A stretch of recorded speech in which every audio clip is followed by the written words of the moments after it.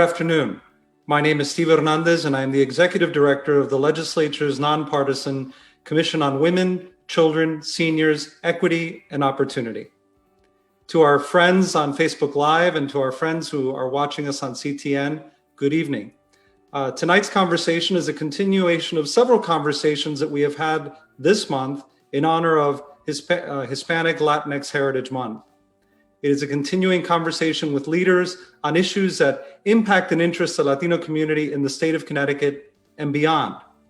Today, we'll be focusing on environmental justice in the Latino community, why it matters to us. We are joined by a distinguished panel of guests, and what I'm going to do is I'm going to allow each of you to introduce yourselves just by name and what you do, and then I'll come around again and we can start our conversation. I'm going to start and come back with as I see you on my list, with Leticia Colon de Mejias. Welcome, Leticia. Thank you, Mr. Hernandez. I appreciate being here today with this incredible panel that you've put together. I'm Leticia Colon de Mejias. I'm the policy co-chair of the Building Performance Association, the co-chair of Efficiency for All, president for Green Eco Warriors, and an entrepreneur that works in efficiency. I've been working with underrepresented and at-risk communities and environmental issues since 2008, and I'm really excited to be here. Welcome, that's wonderful. Thank you, Leticia. Marian Engelman Lado, welcome, Marian. Thank you so much, and I'm also really excited to be on this panel with you and everyone else. I run an environmental justice clinic and a climate justice clinic. I have a faculty position at Vermont Law School, and I'm also on faculty at the Yale School of the Environment and the Yale School of Public Health. My background is in civil rights, and I've been working on issues of environmental justice across the country for many years. And I also want to mention that I'm co-chair of the Equity and Environmental Justice Working Group of the Governor's Council on Climate Change, which I hope we have time to talk about today. That's wonderful. Thank you, Marian. Alexander Rodriguez. Hi, Alex. Stephen, it's great to be here with you all. Thank you for inviting me to join this panel. I see many colleagues here that I've had the pleasure of advocating for environmental justice with in the past. I'm a community organizer with the Connecticut League of Conservation Voters. And so it's my job to bring diverse populations together to advocate for climate action and sustainability, among many other things. It's good to be here. Thank you, Alex. Nice to have you. Mark Mitchell, welcome, sir.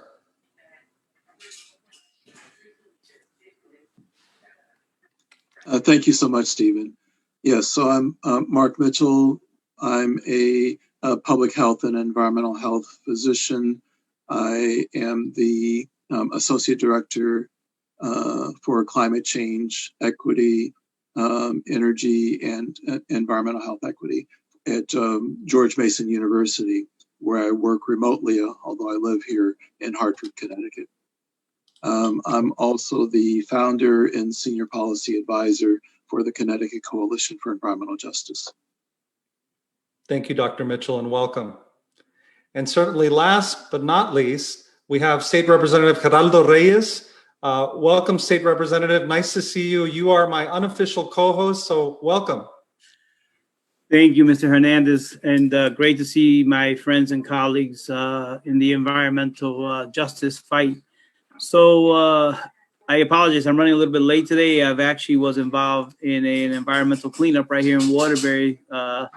We took 3 hours to clean up a couple neighborhoods today, so I apologize for running late, but we do quite a few of these here in Waterbury, and we do it simply for outreach and to keep people's minds sharp and to always keep it in your forefront that the neighborhood shouldn't look like they do sometimes, and we sometimes need to educate and re-educate.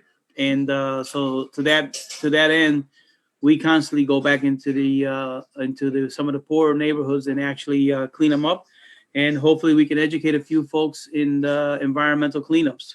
But what I will tell you is 2020, interesting year, interesting session, and I am really pleased to continue to announce and advocate for environmental justice, and we were able to finally pass the bill that we've been fighting with and for the last 2.5 years, which is to put a little bit more teeth, if you will, and a lot more awareness to environmental justice. And looking forward to tonight's conversation. And thank you for having me. Thank you, Representative. You know, this is your work, I think, and the reason that you're late is a perfect segue, I think, for why we're all here. You know, so often in the news and in public discussions, we hear a lot about the macro environment, what's happening with forests, with climate change, what's happening with the melting of the ice caps.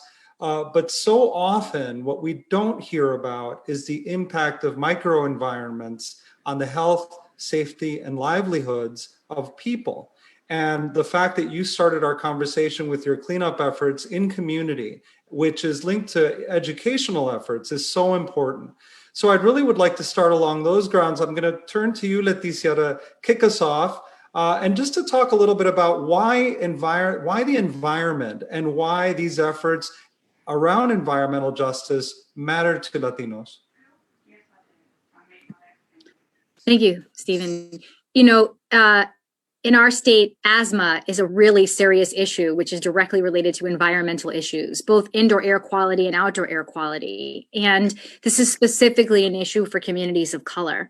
And one of the things people don't really think about often is how our energy policy and our energy choices contribute directly to asthma, and how we create policies to address things like indoor health barriers, for example, which we don't address currently in our state, like mold, asbestos, vermiculite, high CO, which is a gas room failure in your heating equipment, and gas leaks, which contribute to major issues in low-income communities that have less ability to remediate these problems in their houses. So not only are they dealing with this indoor air problem, but because their houses are older and more leaky and less likely to be upgraded and energy efficient, they're also burning more fuel and contributing to climate change emissions and local emissions from the electric generation plants, which in our state run 51% on gas. So these are some of the issues that are near and dear to my heart specifically.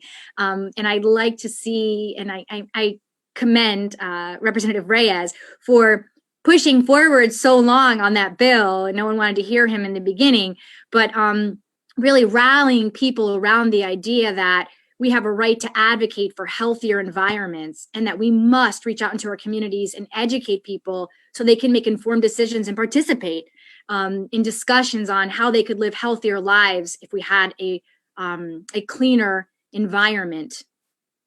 That's just one of the issues. There's many. Thank you, Leticia. I am going to come back to the science, and I will tease your brain later, Representative Reyes, on some of the elements of the bill that you just described. But Marian, if I may call you Marian, what I'm wondering is a lot of this work is really driven by public policy. To Leticia's point about how it is that so much of this is baked into the way that we relate to each other in law and policy. Tell us about, from your perspective, how it is that law and policy and our relationship to the environment are connected. If you could just unmute. To zoom out for a moment to answer your question, environmental justice is very much about the distribution of environmental benefits, access to clean air, access to clean water, access to parks. And it's also about the distribution of environmental burdens. Who is more exposed to particulate matter in the air? Those things that cause asthma.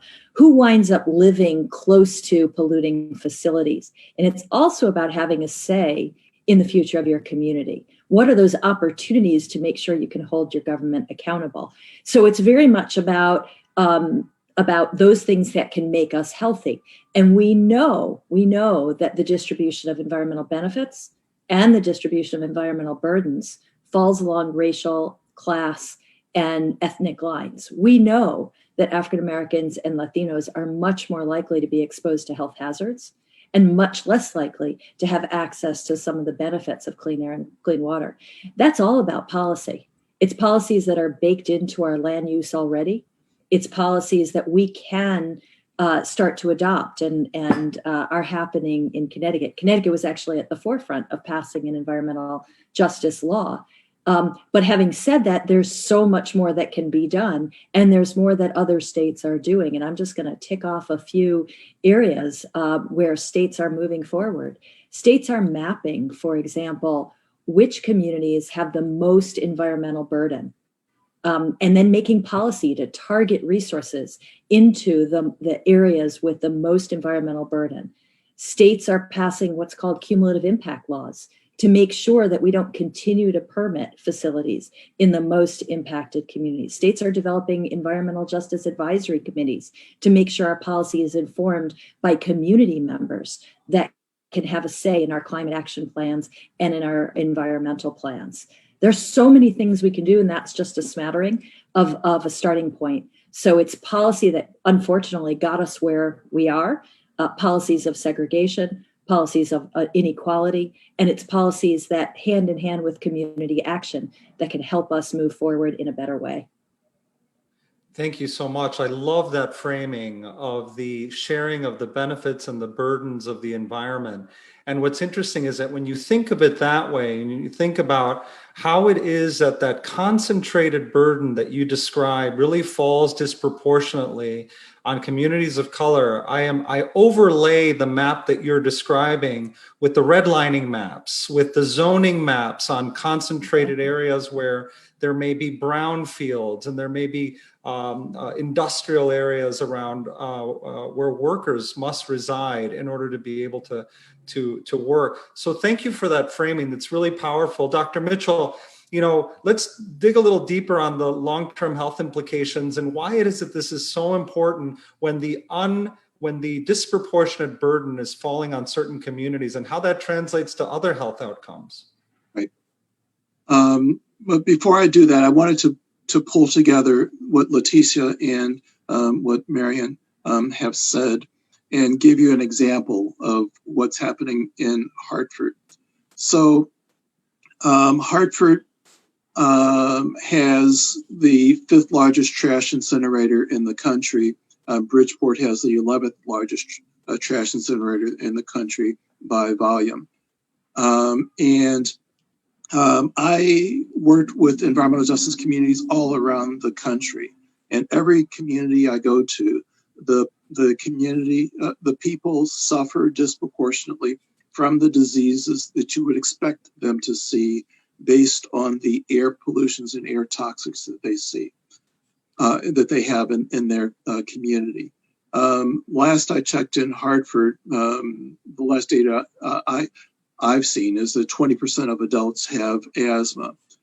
The only group that has more asthma than African Americans nationally is Puerto Ricans.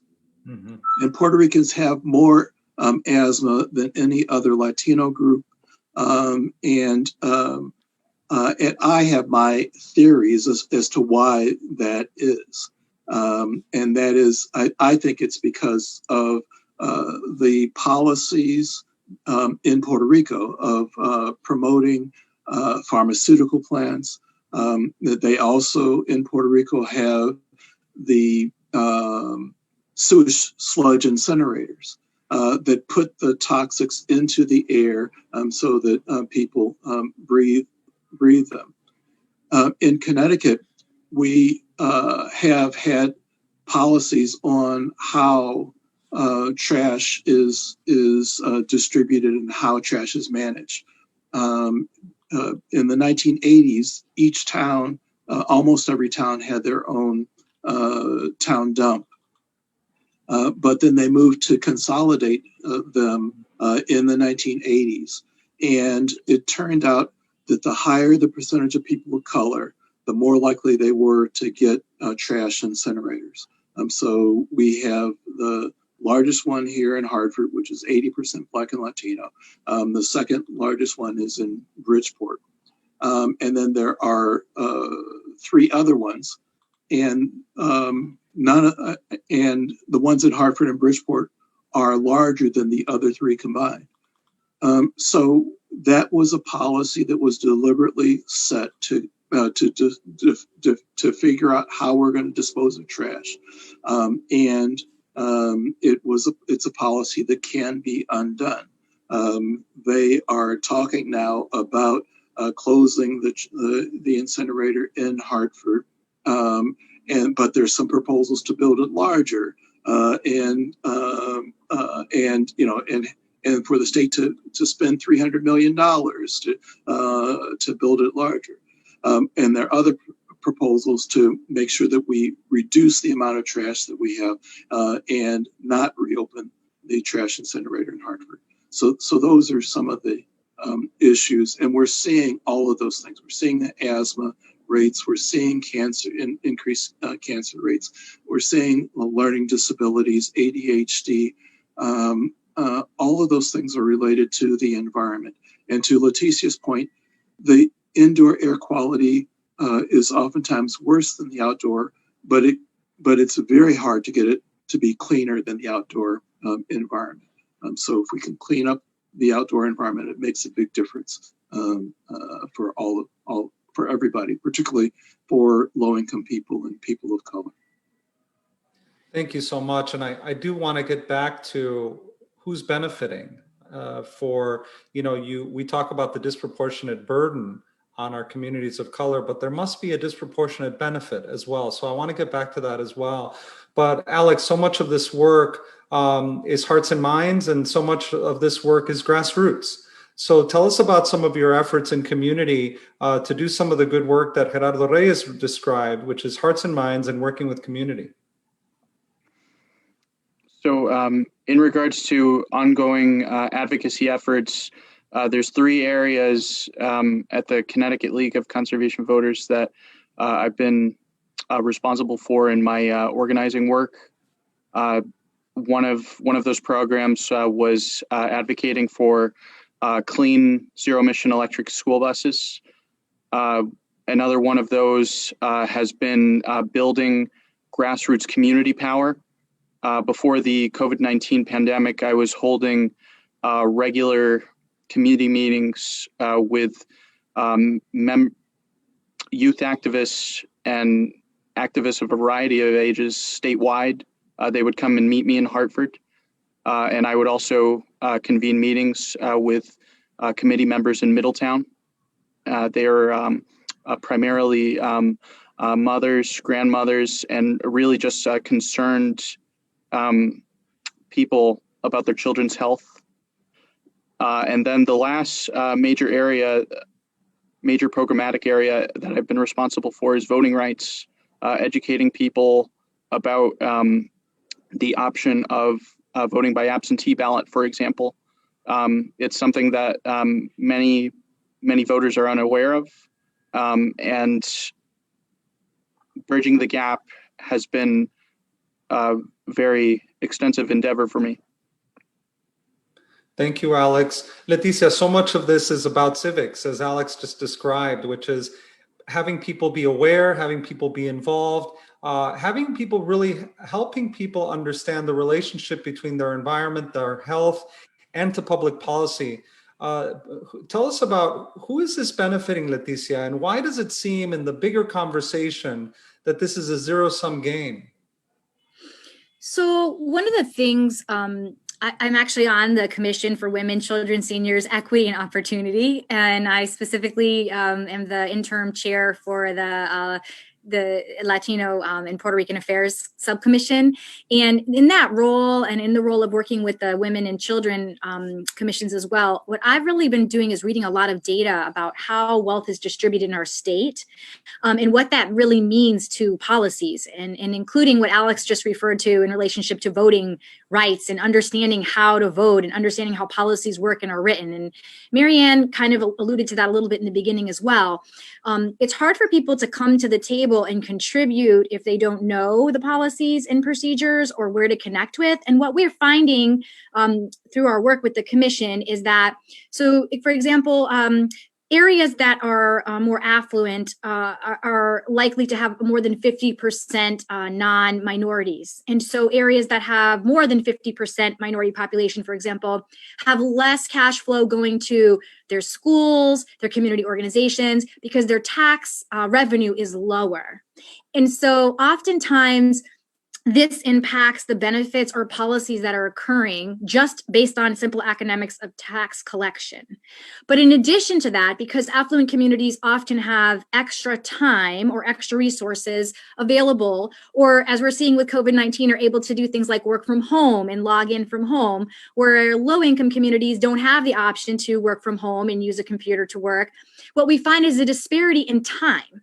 So they don't have the time to learn about the policies, attend the meetings, or have a voice. And if you don't have time to do that or knowledge of how that processes work, you can't weigh in. And so what happens is the resources get delegated to the people who show up.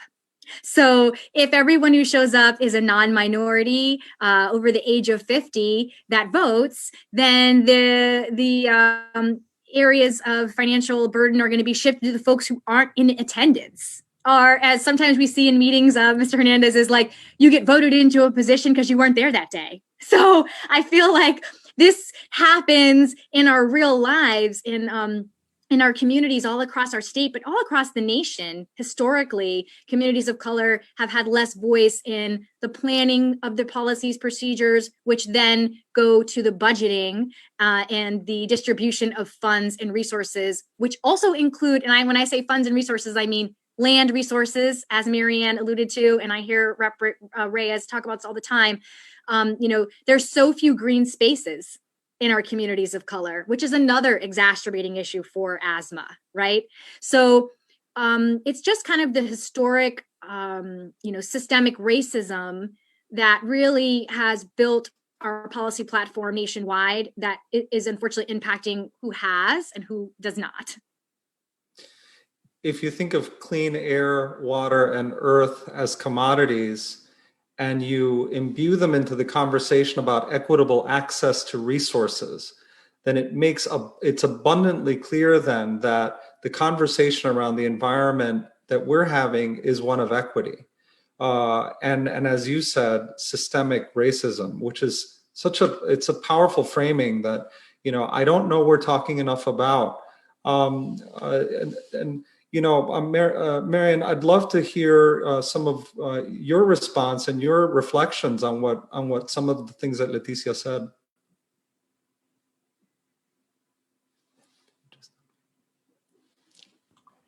A few thoughts, absolutely. Leticia is making so many important points, and part of me wants to just dwell on the ways in which our society and our land use has baked in this racism. And so when we think about decisions that are made today, sometimes people think, well, if I didn't intentionally discriminate, then it's okay.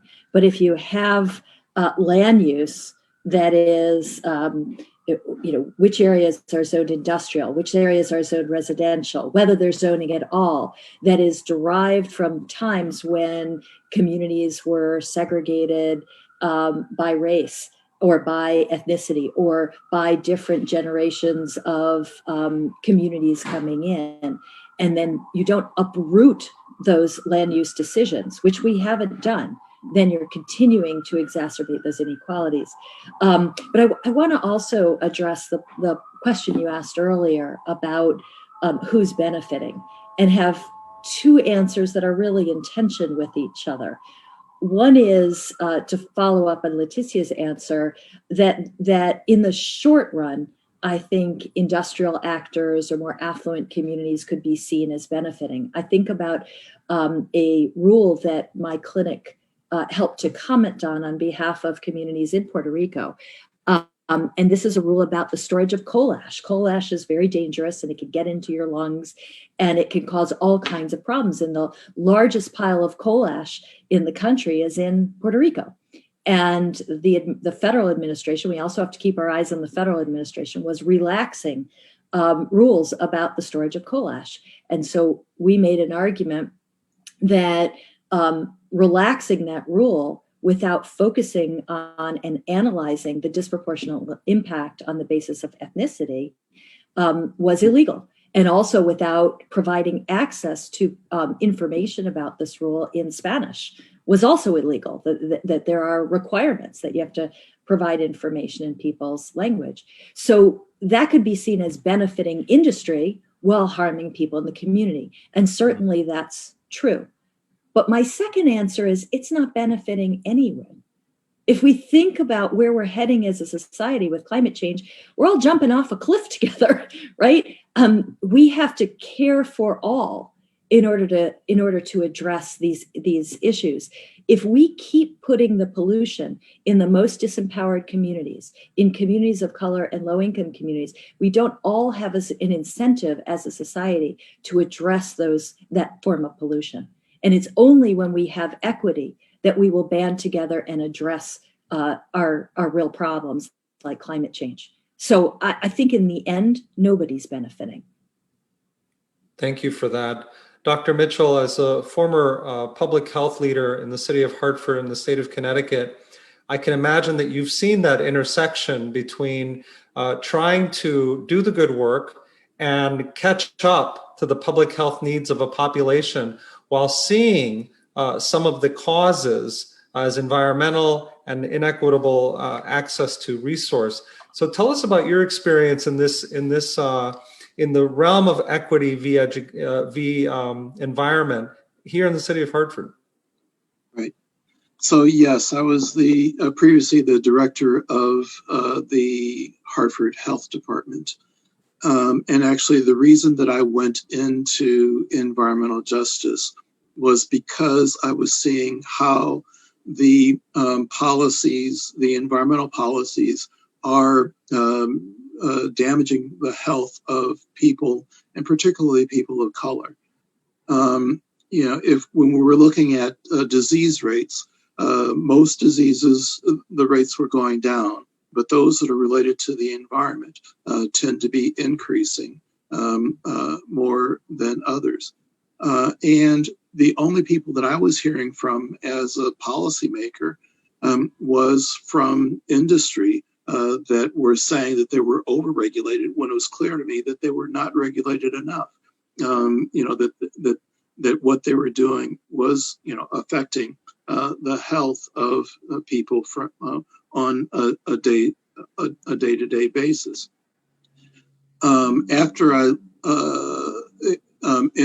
When I was health director, we were dealing with the Hartford landfill in the North Meadows and the odors and we found out that the facility that they had political power, that they had hired state legislators to work for them and also to be on their board. And at that time, the governor's chief of staff was chair of the board for the waste facility. And they exempted themselves from the laws whenever the state environmental agency tried to enforce the regulations. They would go to the legislature and get exemptions for themselves. So who benefited? Who suffered? The people of Hartford suffered because the laws weren't being enforced. Because DEEP wasn't able to enforce them. And the agency was able to reduce their cost because they weren't bearing the true cost of their of waste disposal. And then they had their board, and the board had, let's say, 29 people on it. And so, they would vote on things and there would be 2 from Hartford and it was always 27-2, for, and so that's, so it was, it's a real problem. And even the policies that sometimes look like they are not racist on their face are in fact racist. How do you notify the community? Well, we notify the community by putting a legal notice in the Connecticut Post on page 37. Now, how many people in my community or in Bridgeport read the Connecticut Post? And what languages is it in? And so even those kinds of things, where if you put it in a suburban community newspaper, it would be likely to be the headlines. and every week it would be the same article about what's being proposed, that there's a new facility being polluting facility being proposed in your neighborhood. But we don't have that kind of notification in Hartford, and people don't have access to the websites where they might be putting that kind of notification up. So that's why the environmental justice law is so important, to make sure that people are being notified. Actually, I had worked for 7 years to try to get the original environmental justice law passed.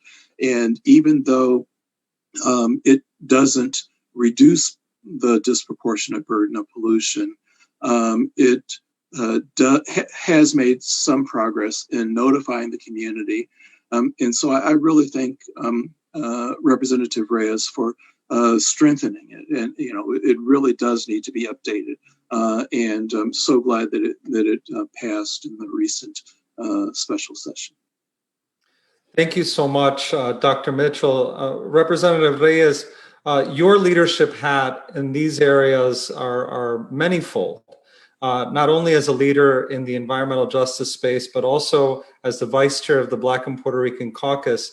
What Dr. Mitchell is describing, the peril of when a representative democracy that is driven by privilege, purposefully and by design, distances itself from its people and civics, true civic engagement.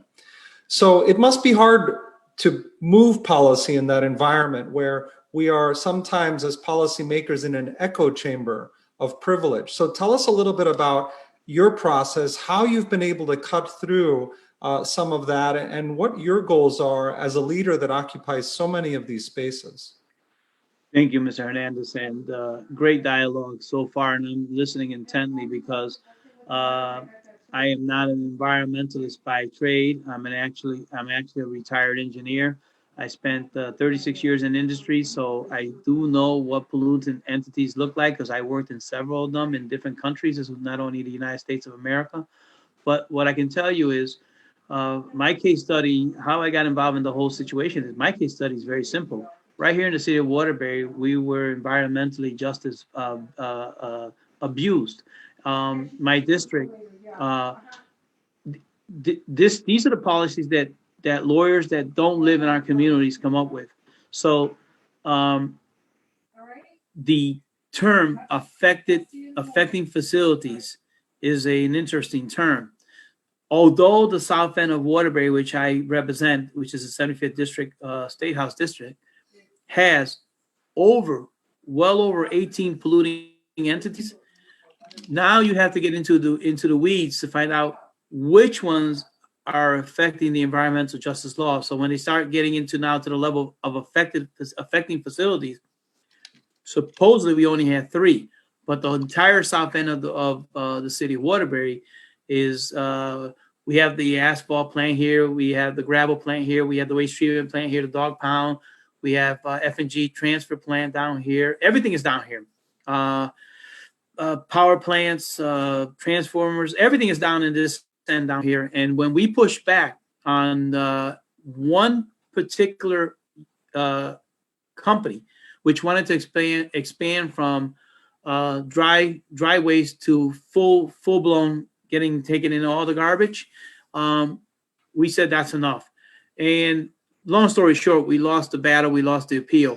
But what that did was it took somebody like myself, who is not an environmentalist by trade, but can certainly detect what doesn't smell right, what doesn't taste right, what doesn't actually sound right, and got into the weeds on environmental justice. And the law is about 13 years old, and it had never been challenged and never been appealed. And Waterbury was the first to both challenge and appeal a law from deep on the environmental justice law, simply because they completely forgot to advertise in Spanish to a Hispanic community. So we appealed it. Long story short, we lost. And that's what drove me to say there's something wrong here. There's something wrong with a community that's oversaturated with noise, horrible smelling air.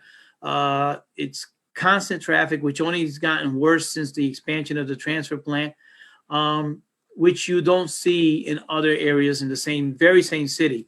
And I'll give you a case in point. Right here in the same city, in the affluent section, they were going to expand lighting, putting more lights on the street. And the affluent community was able to stop any more lighting being put on their street because they thought it was actually going to be too light, and it would increase more traffic. And they killed it. That's what an affluent neighborhood can do. If they wanted to do something like that in the South End, nobody would even ask a question. They would just put everything in there and ask no questions. So the environmental justice law, to me, is about education, and it is not the strongest environmental justice law that we can come up with. We're going to come back into 21 session. I already have some of my colleagues that are going to even make it a little tougher. But to your point, Mr. Hernandez, navigating this through in a special session was tricky at best. And I have to thank my leadership, in particular Majority Leader Ritter, who promised me that there were several special sessions and it kept getting pushed back, but that I was going to get this bill in the special session. And I also have to be thankful of all my colleagues, both in the House and the Senate, that came to a common ground. And lastly, Governor Lamont went to the microphone more often than not, based on the many conversations we had about environmental justice. And it goes a long way when the head of the state can go up to the microphone and speak about environmental justice, disproportionate impacts on communities of color, distressed municipalities, and so on and so forth. That's what leadership looks like, and that's how this bill was able to move forward. And I have high hopes and aspirations that in 2021, the Environmental Committee will come out with even something better than what we came out in 20. Thank you, Representative. I'm going to want to come back to the question of public notice and how meaningful public engagement in this work really looks like, and also compare what we might be doing in Connecticut to some of the federal prerogatives. But Leticia, you're a businesswoman, and you also wear many hats, and one of them is running your business. So often we hear from the business community that regulations, environmental regulations included, are stifling to business. But we hear, as Marion said earlier, that while the gains might be short-term, the short-term benefit for some, the long-term detriment to all is really the most impactful. So Leticia, as a businesswoman, what do you say to this feeling that regulations are stifling progress? Interesting. I actually had the opportunity to travel with Alex to DC to talk about NEPA law with federal legislators. And I learned a lot from Alex on that when I was, early on. And it's like, I guess as a businesswoman, I agree completely with Marianne. And when I'm speaking with legislators, which I do quite frequently, about all types of environmental laws and equity, I've had legislators, say things to me like, well, you don't understand economics, Leticia. We have to do it this way because there's no other way that we can be economically stable. Don't you know about money? Yes, I do. I came from poverty and built a business. I understand money. But I can't eat money, I can't drink money, I can't breathe money, and neither can. So at the end of the day, not live in an environment that is livable. If there isn't enough, have renewable resources that the dynamic of how we do business, that it makes economic sense. I think we lost you for a second, Leticia. Sorry. But it's really compelling, the idea of you can't drink money, you can't breathe money, and you certainly can't surround yourself in the warmth of money for long without understanding that the detriments to the environment and the livability of our environment is so critical. So thank you for that. Alex, so much of what you're doing, Leticia mentioned some of it in your advocacy, not only here in Connecticut, but also in Washington, D.C., really helps us think about the relationship between the federal efforts around this work and the local efforts. We hear a lot about this Green New Deal. How does that work relate to the work that you're doing locally? So the Green New Deal, I have noticed, is very politically charging to many legislators. We have advocated for a Green New Deal in Connecticut the past couple of years, and as soon as the topic is brought up, it is shut down, and it's a shame that it does get shut down in that way, because it is all about green infrastructure. It is all about justice and dignity for communities that have suffered from environmental racism. It is about workforce development. It is about meaningful involvement of our communities, and the environmental community and the labor community. We're not against each other. Leticia and her company are a prime example of that. Companies that prioritize, bettering their workers and are working to make more sustainable communities, they should be rewarded, and there should be more of those opportunities offered to communities. And this past session, we advocated for mandatory climate change education because we believe children should be empowered to learn about climate change and understand climate science, and there also be a way for children to engage in energy efficiency work or any kind of sustainability related job.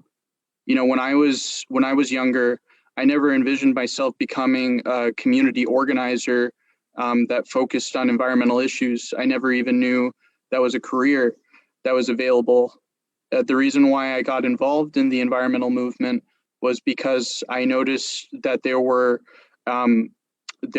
competing interests for control of my community's local water supply. And then added on to that threat was my family being impacted by Hurricane Maria.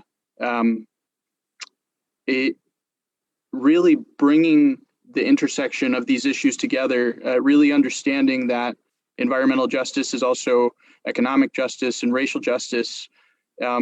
It's really important that there are Green New Deal-like principles that will politically charge people, but it's not meant to. It's about the environment. It's about workforce development.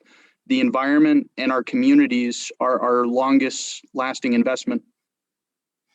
It seems to me, thank you for that, Alex. It seems to me that, while science and big industry can argue about the causes, we're certainly pretty clear on the effects. And, while we can't breathe money, we know what happens when we breathe poor air. We can't digest money, but we know what happens when children digest lead paint chips and there's lead in their water. And we also know what happens when we lack a verdant infrastructure, green spaces. We've heard about deserts, heat deserts in our cities, where because of a lack of green space, the temperature's higher, the dust rises, the lungs get infected by polluted air. So all of these impacts are impacts that I think are falling disproportionately on so many of our residents. Dr. Mitchell, knowing what you know now and really being able to look at the landscape of cities like Hartford and Waterbury from a little bit of a distance, what do you wish was done or could be done differently in these cities to start addressing from a leadership perspective some of these issues? So what I see in Connecticut is that there's such a need. I mean, almost every city that I've been to, over 100,000 people, has in environmental justice issues. But in Connecticut, there's so little funding for environmental justice, and people don't understand, why it's so important that people, that it really is just democracy. That making sure that people can participate in the decisions about policies that affect them and that affect their health. And so, when I approached some of the community foundations, they didn't even have a process for considering environmental justice grant making process. But they should, I think that they should have specific environmental health and environmental justice grant making. So even when people would ask me, well, how do I make a donation to help this area? I said, well, you should be helping your local community, but I can't tell you how to do it in your community because there's not a process for doing that. Every survey shows that people of color, Blacks and Latinos, are more concerned about air quality, more concerned about water quality than whites are, but don't have the knowledge, the capacity to do that. And so there have to be organizations like Alex's organization that help to engage the people who are most affected, and particularly those who, every study that shows that communities of color are more affected by environmental hazards than low-income people, and so there got to be environmental justice organizations, and there's got to be funding for those environmental justice organizations. We with the we need to commend the governor also. I think that Marion's going to talk about it, is with the Governor's Council on Climate Change and the focus on equity and environmental justice. We are putting together webinars to explain to policymakers the kinds of effects that we are living on a daily basis, that people in our communities, particularly low-income people of color, are experiencing on a daily basis. And we have wonderful speakers like Leticia, like Alex, talking about what we're seeing here in Connecticut. And it's on CTN on Thursdays at noon, if people can't get to the website. So, but these things really do matter for health and particularly in health disparities. I appreciate that. What's really at our core, the commission is a civics shop. We're a policy shop, but we also engage in civics, bringing people closer to their democracy and democracy closer to its people. Marian, what was so compelling as this emergency, this public health emergency that COVID is, and the societal health emergency that institutionalized and other forms of racism are, what was so compelling is that as we tried to organize a response, some of the most difficult places to reach were linguistically diverse populations, where people who may be living on modest means out in the countryside, or modest means in our high rises that are not able to connect to the internet to find reliable information in their language or accessible to them. All of the issues of accessibility, of being able to engage in your democracy, those are all the barriers that you're describing, Mark, the barriers to not only be able to know what's happening, but to impact what's happening as a civically engaged population. Marian, what do you see as some of those barriers? How do we start moving those barriers aside to really encourage civic engagement in some of these conversations? If you could just unmute.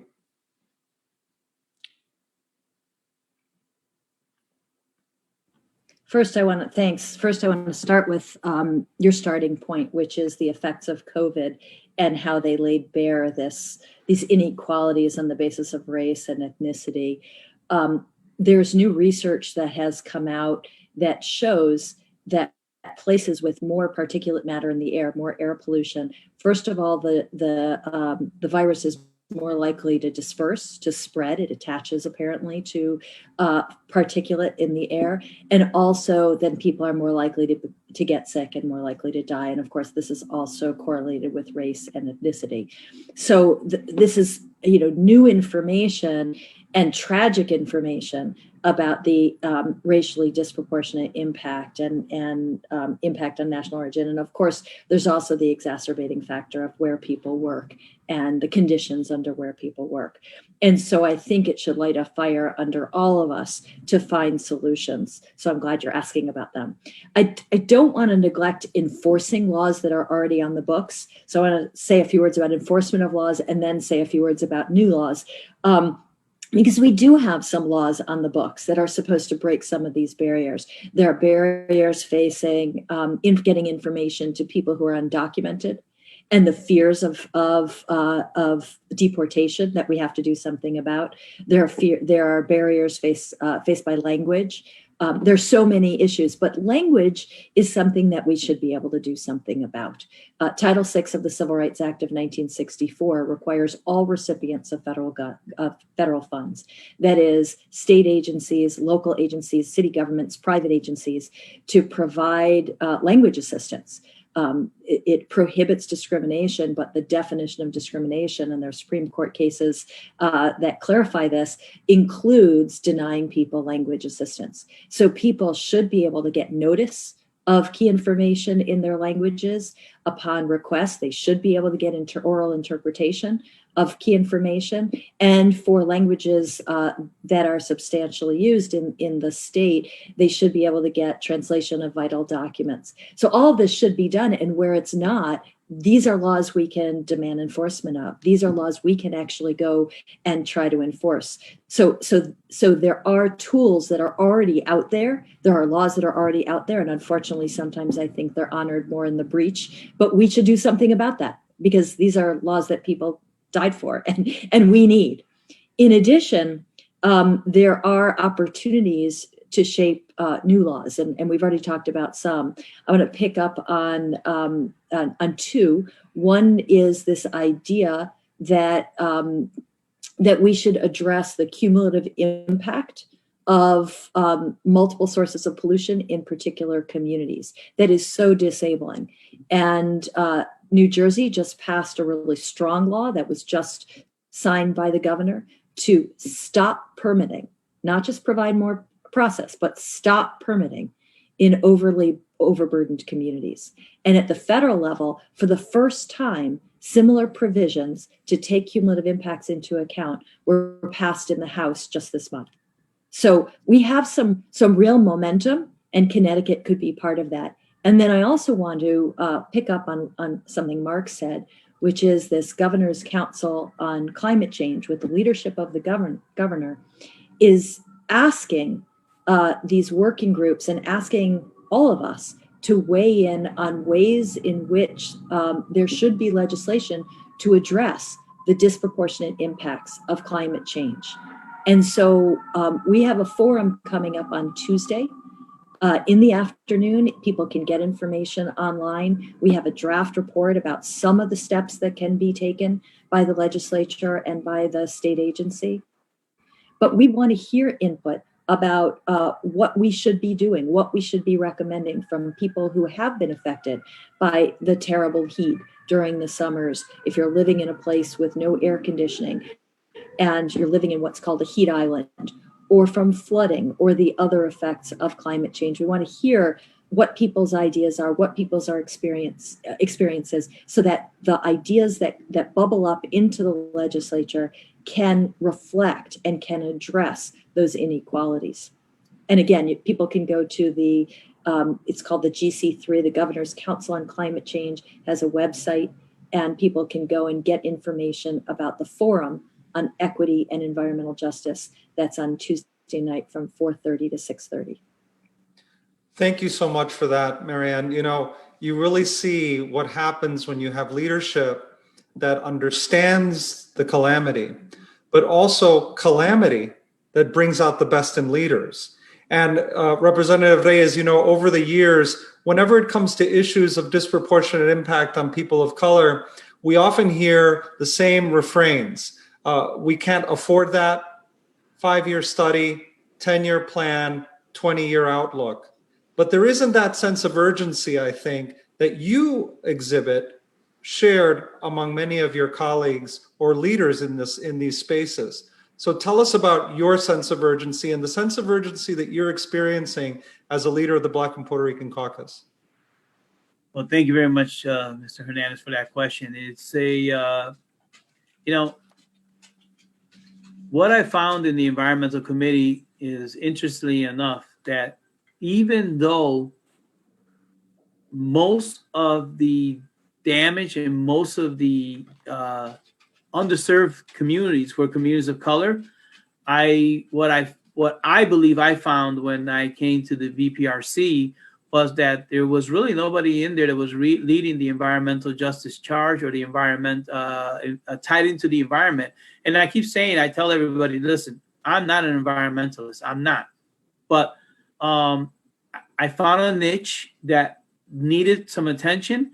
And when Waterbury became the case study in my own life, in my own backyard, I was able to take some quick lessons and be a quick study and find myself in the right groups in the environmental committee. In the environment committee, there were people who understood what my dilemma was and helped me bring the language forward and helped me brought me to the original environmental justice bill, and we went forward.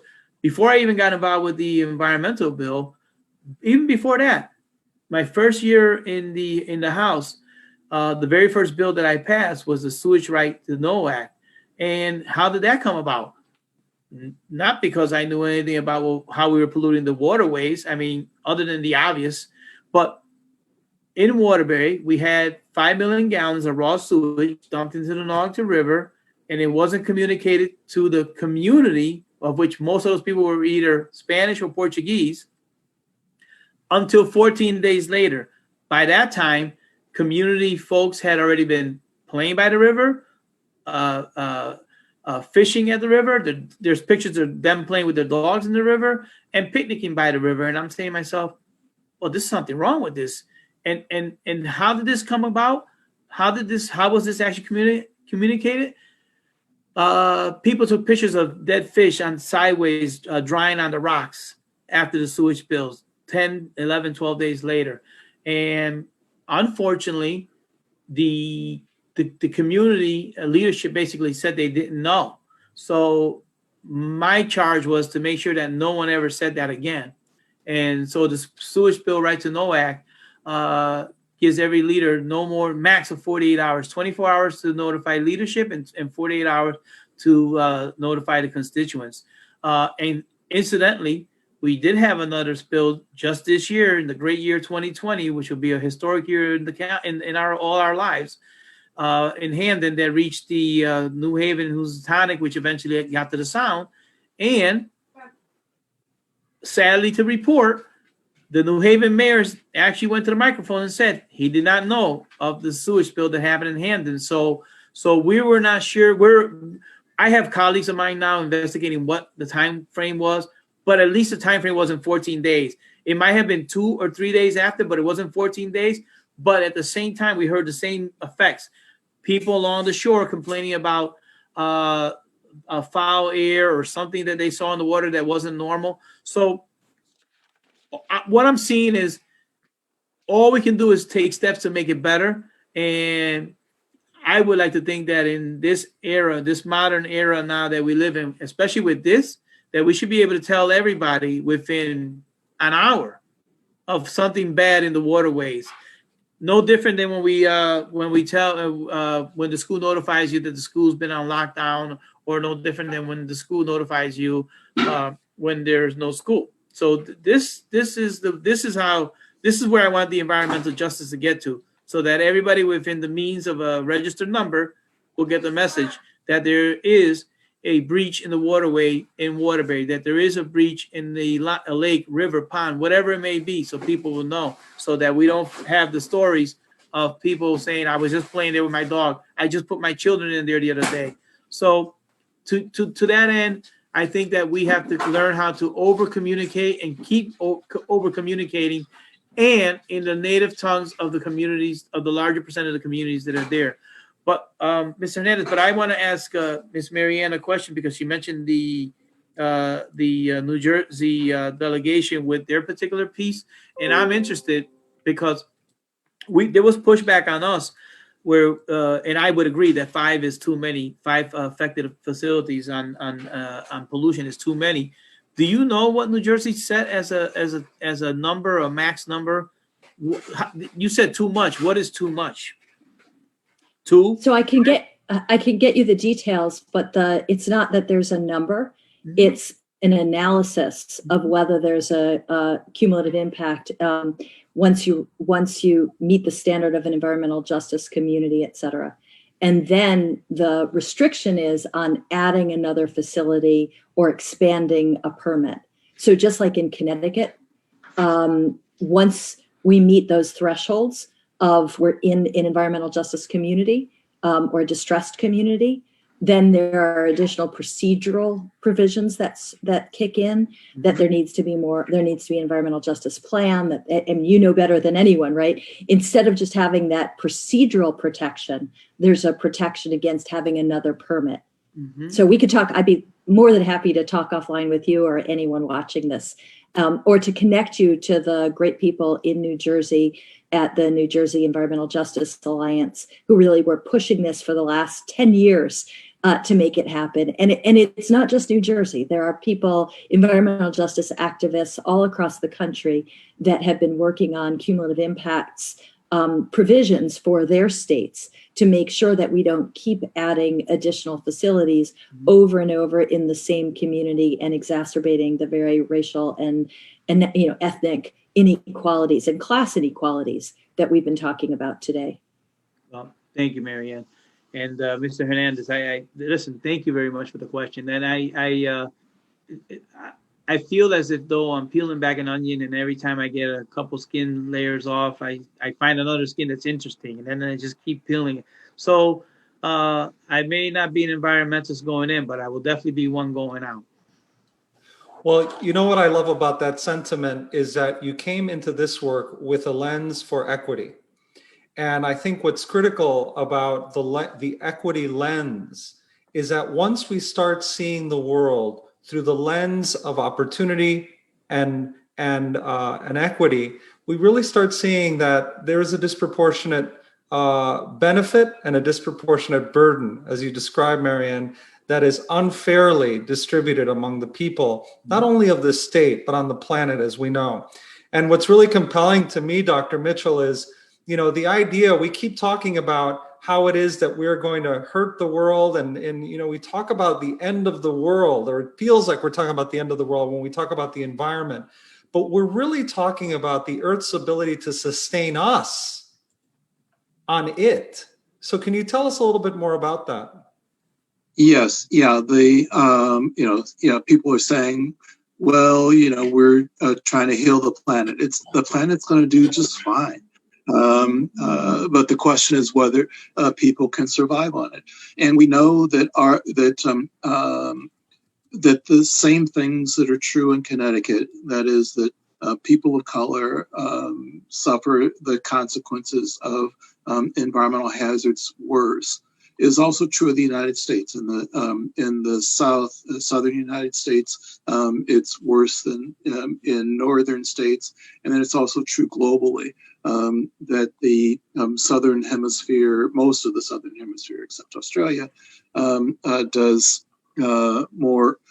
has more environmental hazards, suffers more from climate change, from the health effects of climate change than other parts of the world. But so we need to do something not only for ourselves here in Connecticut, but also for the rest of the world to make sure that it stays livable. And we have the power to do that, and we can make it more just at the same time that we're addressing climate change. We can, in order to address climate change, we have to address all of the different systems that we have in place. We have to address transportation, we have to address energy, we have to address housing, we have to address all of these things.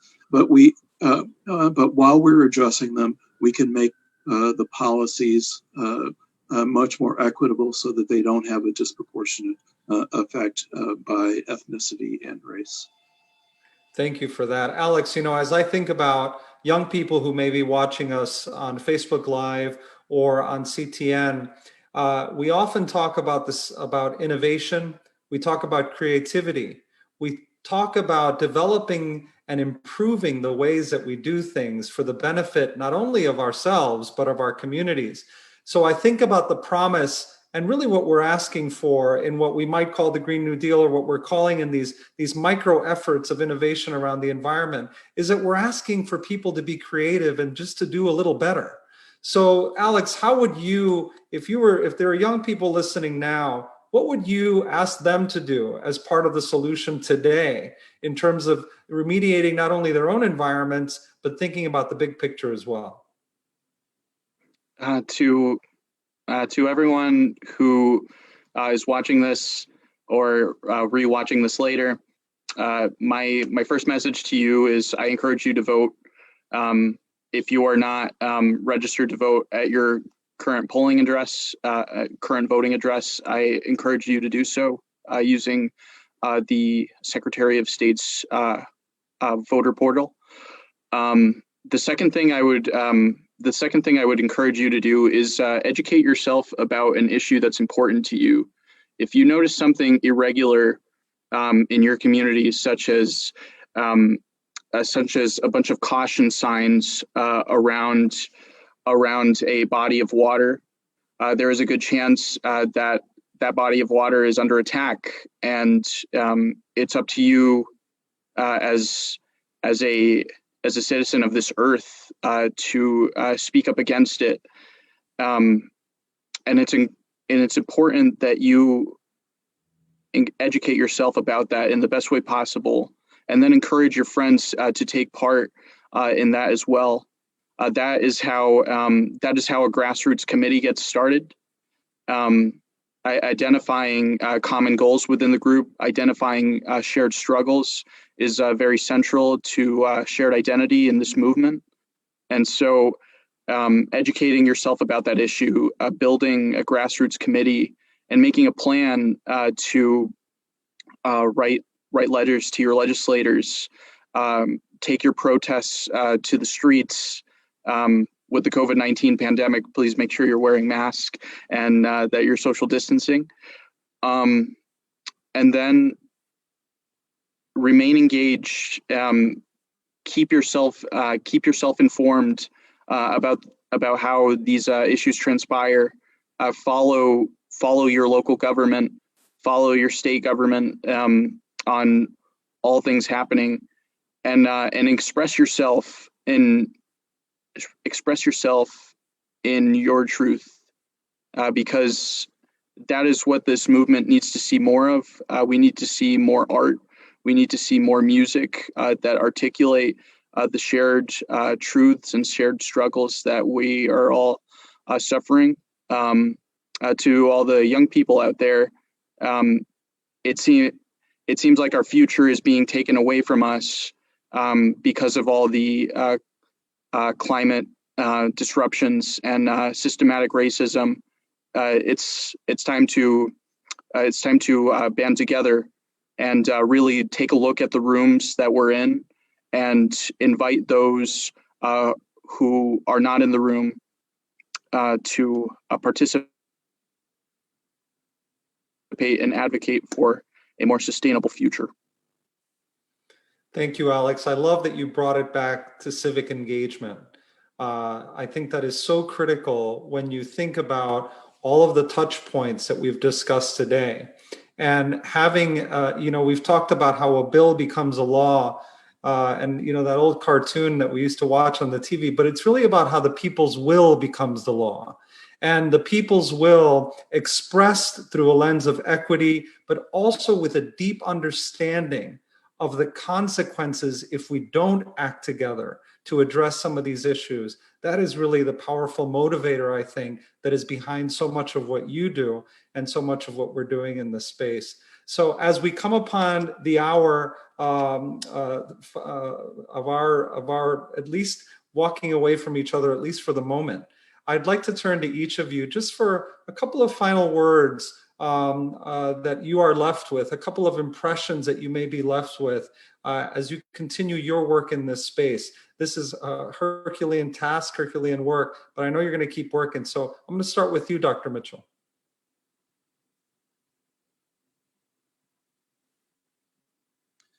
So I think I have more gray hairs, or at least less hair than anybody else on the call. And want to let you know that this is the time, that this is a once in a lifetime opportunity to make yourself heard. And I think that we have an opportunity to make progress with making policies that affect our health, that affect our family's health, that affect our children. Improving the policies and making them more equal and equitable.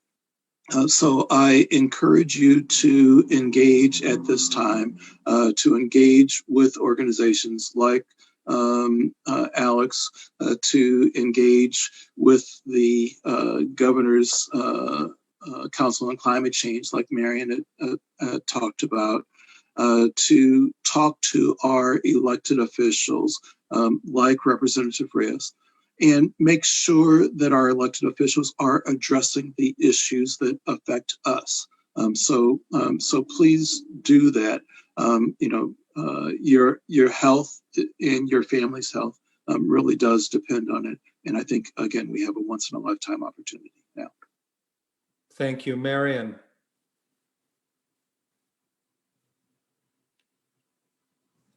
So first, thanks for including me in this discussion, which has been really important. We've all been saying how we didn't start out as environmentalists, and I guess I joined the band here. I went into legal practice years and years ago to do racial justice work. And in fact, I started my career at the NAACP Legal Defense Fund litigating Sheff versus O'Neill. And so I was in the Hartford area for quite a bit of time and meeting people in the schools and meeting parents and children before we filed the case, and principals, and talking to people, and really wound up focusing on issues of environmental justice as the environmental justice movement erupted, because in a really positive way, as people took to the streets, as people demanded to be heard, and as people realized, wait a second, these same issues we've been talking about of civil rights and racial justice and issues of discrimination on the basis of national origin, this is happening in the environmental world. But in the environmental world, we still have so far to go for where we need to be. But we have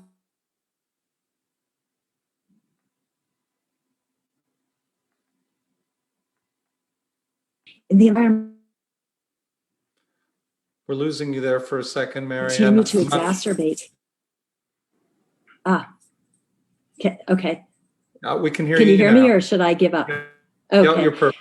That people, okay, that in the environmental context, these decisions are made every day that continue to exacerbate racial inequality, and it's without accountability. So what is our theory of change? Our theory of change is based on people speaking out. We have to all, everyone in their own sphere, in the neighborhoods, in public hearings, all be demanding change. This is a question of life or death, how long people live, what illnesses people have, racial disparities in COVID rates and asthma rates and cancer rates, and in the future of our communities as a result of climate change. So I want to second what Mark was saying, that I think there's nothing more important than becoming involved, whether it's coming Tuesday night to our forum, just saying your story, as Alex said. We need to hear your voice, and that has to, there has to be a clamor for change. We've talked a lot about the leadership of the governor and how leadership is necessary.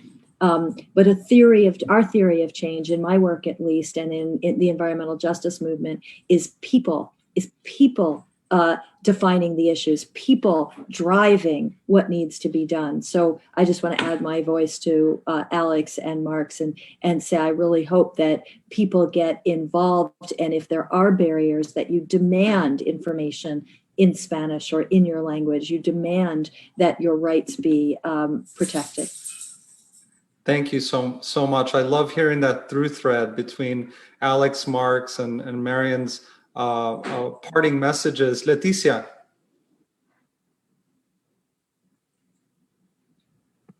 Hope you guys can hear me. I noticed the internet's a little rough right now. Can you guys hear me okay? Perfectly. Great, excellent. Must be on my end then. So, or not. The thing that I heard most today, and honestly, I've had the joy of working with many of these people in so many other areas on similar topics over years, is that people are so afraid. People are so afraid that the problem is too large, but the problem is not too large. We have solved much larger problems as humans over time than the problems that exist today. It is not a matter of there isn't enough or that the issues are too big for us. It is a matter of us taking a step back and looking at what we can do collectively to change our policies and how we implement them, to start immediately tackling the issues that impact human health, the environment, which then in turn impact our economic stability, our ability to live on Earth. And at the end of the day, it is all connected. So I just want to leave everyone with the thought that, many of us have said here is start with something.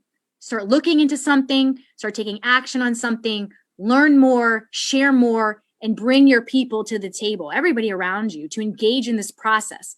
Because if more of us collectively take an active role in our political processes, in our community processes, and the laws that impact our environment and our economy and our lives overall, we would make an immediate change and start drawing down these issues right away by taking action on these steps. And I encourage everybody to not be afraid or to think the problems are too large, because by all means, we can certainly solve these problems together. Thank you so much. Representative Reyes. I want to, first of all, thank Dr. Hernandez and the committee that I had the privilege to serve with tonight on this panel. There's environmental justice to me, the way I see it is, it comes from a practical and personal experience. And as Alex said, telling your own story. And for this particular legislator, it's all about telling my own story, and it's all about how I connected with the Waterbury issues and how I was able to bring those issues right to Hartford and to be able to convey the story. And I think that at the end of the day, what I'm learning is, and sharing with the rest of the colleagues, is that we all have a lot of these issues, and especially in the large municipalities with distressed areas. But what I've also found is it wasn't just isolated to the municipalities. It may be on a larger scale, but there are issues even in the suburbs and the rural sections of the state where it may not have as many people affected, but it affects the land and it affects the quality of the air, it affects the body of water. So that it's in itself is also environmental injustice. And the bodies of water and the air doesn't stay in a zip code, and the water travels wherever it may go. And so we need to be as transparent as we can possibly be. We need to be more accountable. And the thing that I think that we need to share, that the state of Connecticut, which I believe is what I'm going to continue to work with Commissioner Dykes, is being more transparent and a whole lot more accountable to everybody. And she's left me an open door policy. And for this legislator, that's a big, big deal. That somebody that's that high up on the food chain is willing to hear my problems down here about a brook, a pond, or a lake in Waterbury and how it affects Naugatuck or Cheshire or Prospect or Woken, and then we go on from there. So great topics tonight, great discussion, and I thank everybody for their input, and I'm looking forward to continue this discussion because communities of color need to understand this is totally affecting your life in every day. And that's why it's important to keep talking about it. Thank you.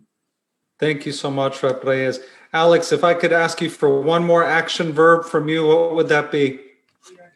Vote on November 3rd. Justice. Thank you, Alex. Justice is what we demand, and dignity and equity is what we practice. So cast your vote with dignity and humility and respect and love for your community on November 3rd. Thank you so much. Thank you, Alex, for that. What's interesting about today's conversation is that I want to share that sentiment that I don't enter this work as an environmentalist. I entered this work through an equity lens and understanding that our relationship to the environment and the relationship between each other and how it is that we are able to access the benefits of a clean environment is really what's at stake. And so I really want to thank each of you for the work that you do in this space and for continuing this conversation. You know, the beauty of having conversations around these issues with Latinos and people of color is that when you focus on issues that are important to Latinos and people of color, these are issues that have global impact on all communities. So thank you to the Latino community. This was your month. This is your month for your generosity and showing us that when you lead, you impact all of us. So thank you all tonight for being with us, and let's do this again sometime. Thank you. Thank you so much. This is appreciated. Bye. Thank you.